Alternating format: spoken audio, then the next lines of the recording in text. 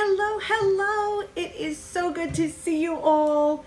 Yes, it's Friday, but actually the days have kind of been going into each other. But it's Friday and it is May 1st, and I am so glad to spend time with you today. I just want to say welcome to all my new subscribers. I cannot tell you how blessed I am to have you share time with me and allow me to share my time with you. And I mean that from the heart. And from my subscribers that have been with me from the beginning, you know how I feel about you. I love you all.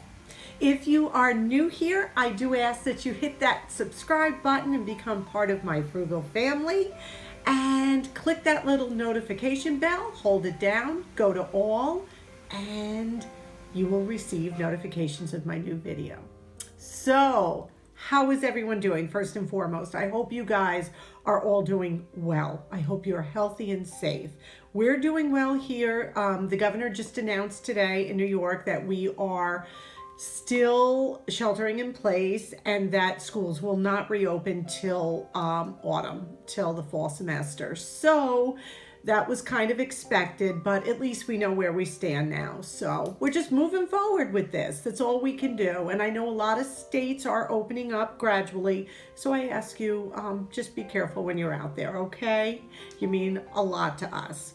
So let's talk about this video. This is what I use, and I have shown you this before, and I will link it down below. I log every penny that we spend, from household bills to anything I buy on the internet to any food that goes into our homes. Everything we purchase goes on this little sheet. And at the end of the month, we tally it up and we see how we do budget-wise. We have our steady, household budget, our health insurance, electric, stuff like that. And what I do is from one year to the next, I compare my months. And I see how I'm doing, because 9 out of 10 times cost of living rises. So I have to be very vigilant about making sure we're staying with our budget, because we are a retired couple, and it is a fixed income we receive. So if we're moving out of that amount we receive, that's not a good sign. So that's why we track everything. We've been doing this since 2018, right, Paul, when you retired? Yeah. So 2018, we started this in January, and we have been going on with it now. So, wow, what happened this month?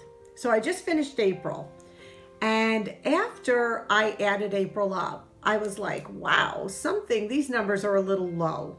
And let me explain why.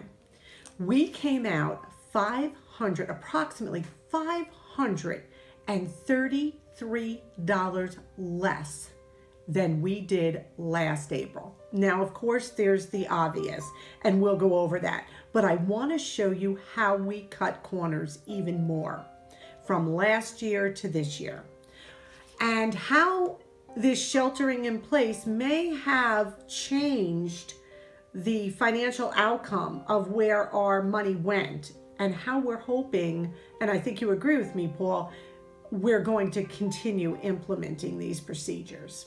So let's look at the obvious, was gasoline. We are a society that runs. We are a society that gets in our car to run and get a gallon of milk, to get a dozen eggs. Because we have nothing to do, we will get in the car and wander around Walmart. We do not have that luxury anymore. So our gas, I should say, has come down $85 this month from last year at this exact same time.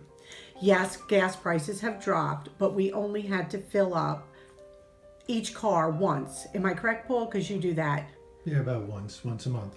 Yep. So we did both cars one time. So our total was $85 less on gasoline.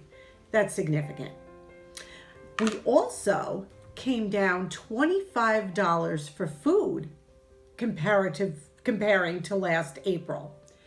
Now that shocked me, because we have been buying a lot of food and prices seem to have been going up. So that worked out for us in our favor. So that's wonderful.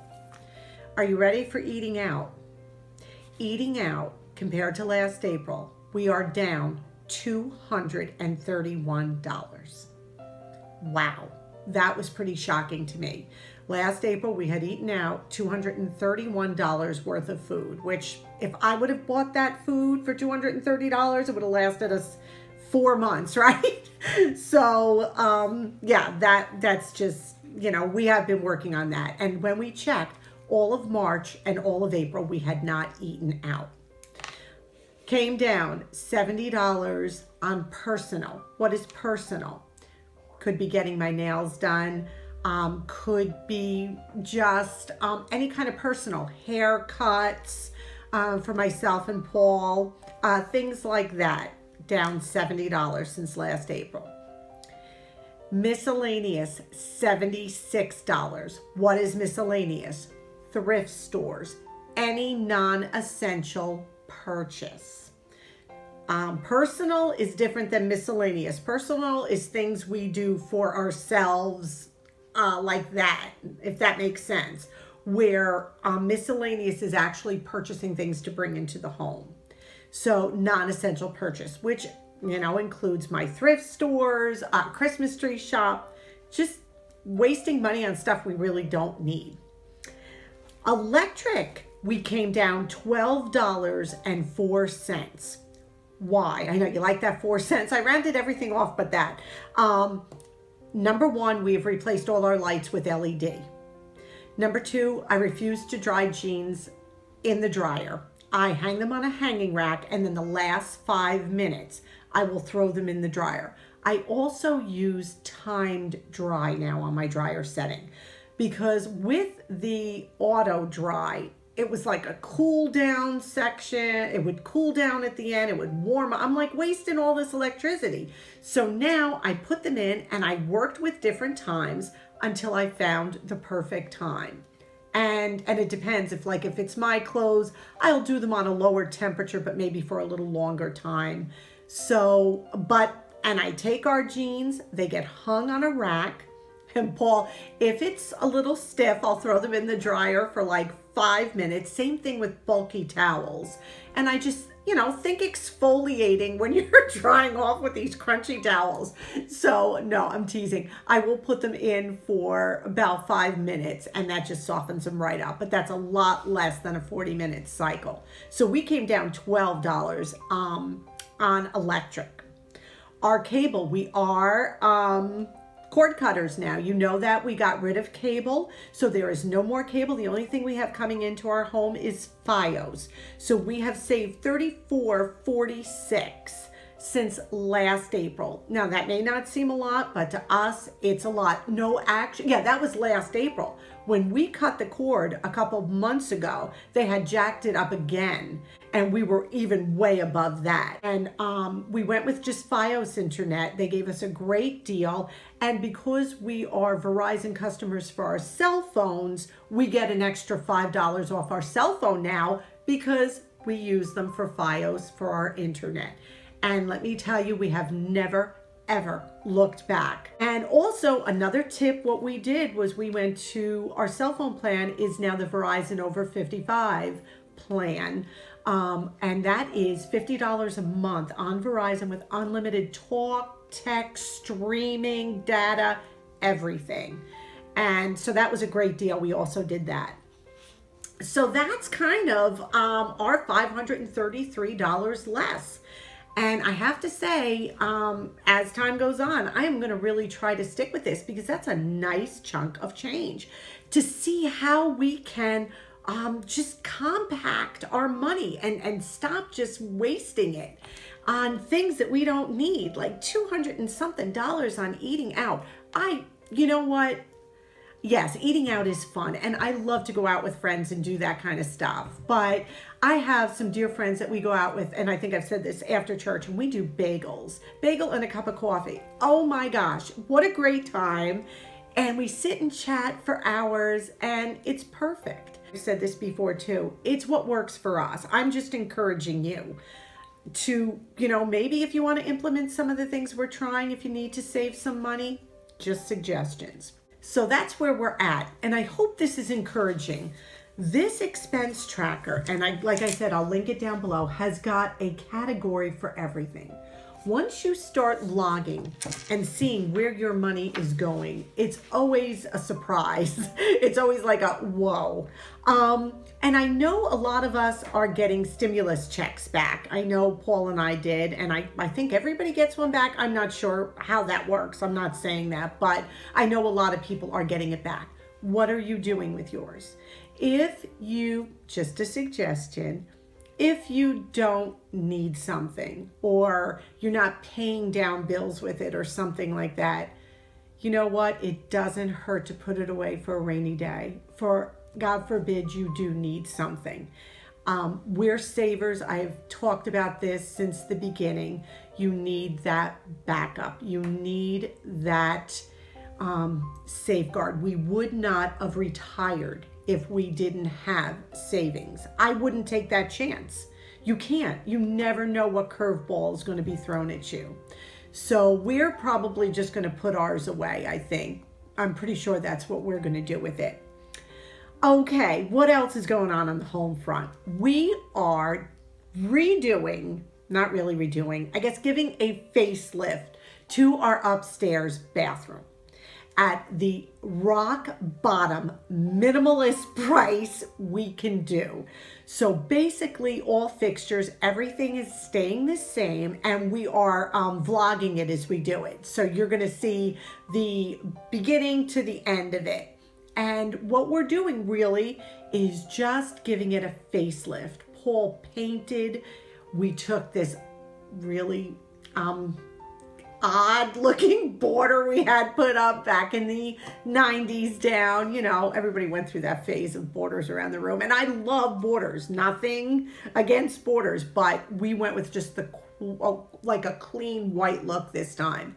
And then what I did is I challenged myself. I said, okay, Em, you have got so much. I wanted to keep it under $150 for everything.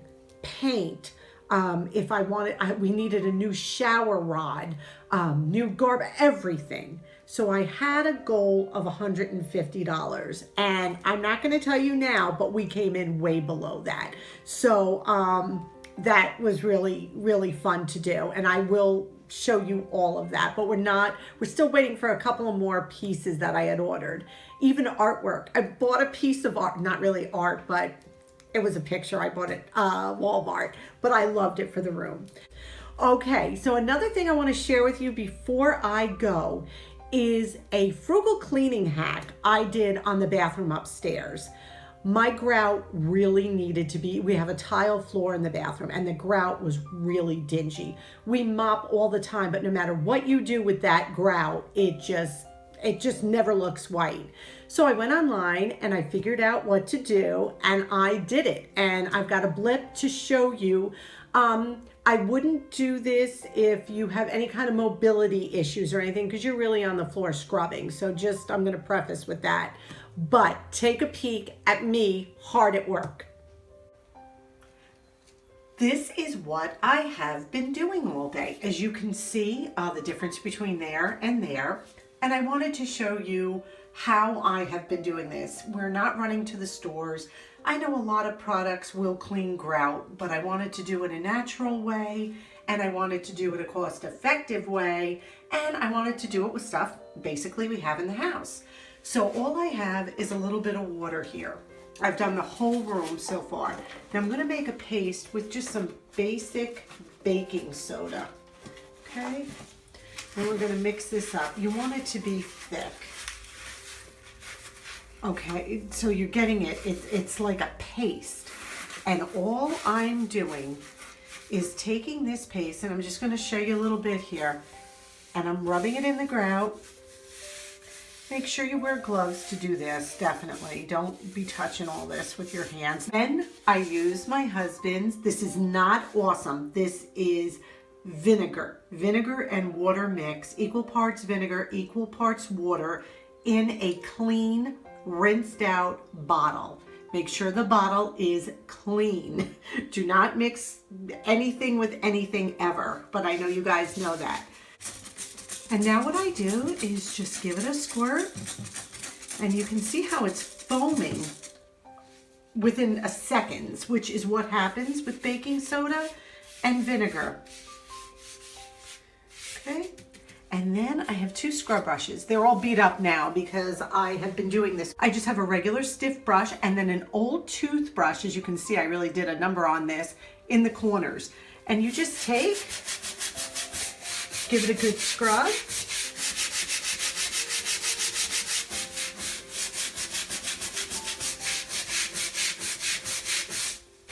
Now, I'm going to tell you, please, if your tile is not sealed, you cannot do this. You can't do this. It will ruin the grout of your tile. So don't do it if your grout is not sealed. Did I say if your tile is not sealed? No, the grout. If the grout isn't sealed, then the stuff will work its way into the Right. grout. But most tile people or do-it-yourselfers, you always seal your grout when it's brand new. You can see how easy this is. Now I know, gosh, you could use other things, but for the time we're in right now, and I told you we're redoing the bathroom. Oops, little vinegar. We are redoing the bathroom, and I wanted this to be spick and span and clean, and it's amazing how quickly it works. And I'll rinse it off for you. You know, I did it with a window open because after a while breathing vinegar is not a good time, but. And then I just take a little old sock because we repurpose everything in this house. And a little bucket of warm water. Look at this.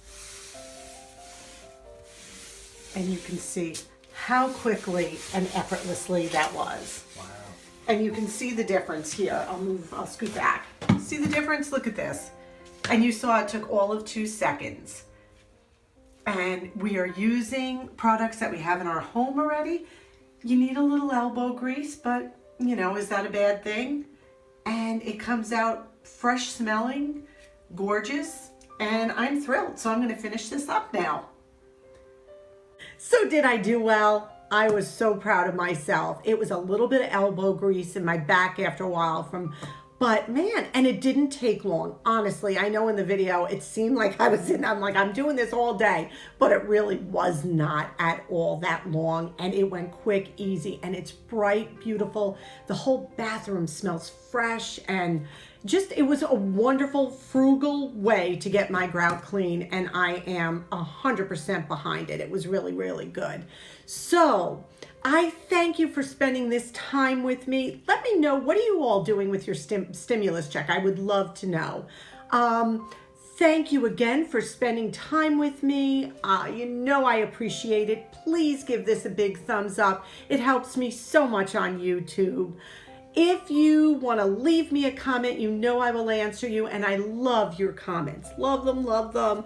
And if you're new here, please hit that subscribe button. So until my next video, I wish you blessings. You know we love you. Bye-bye.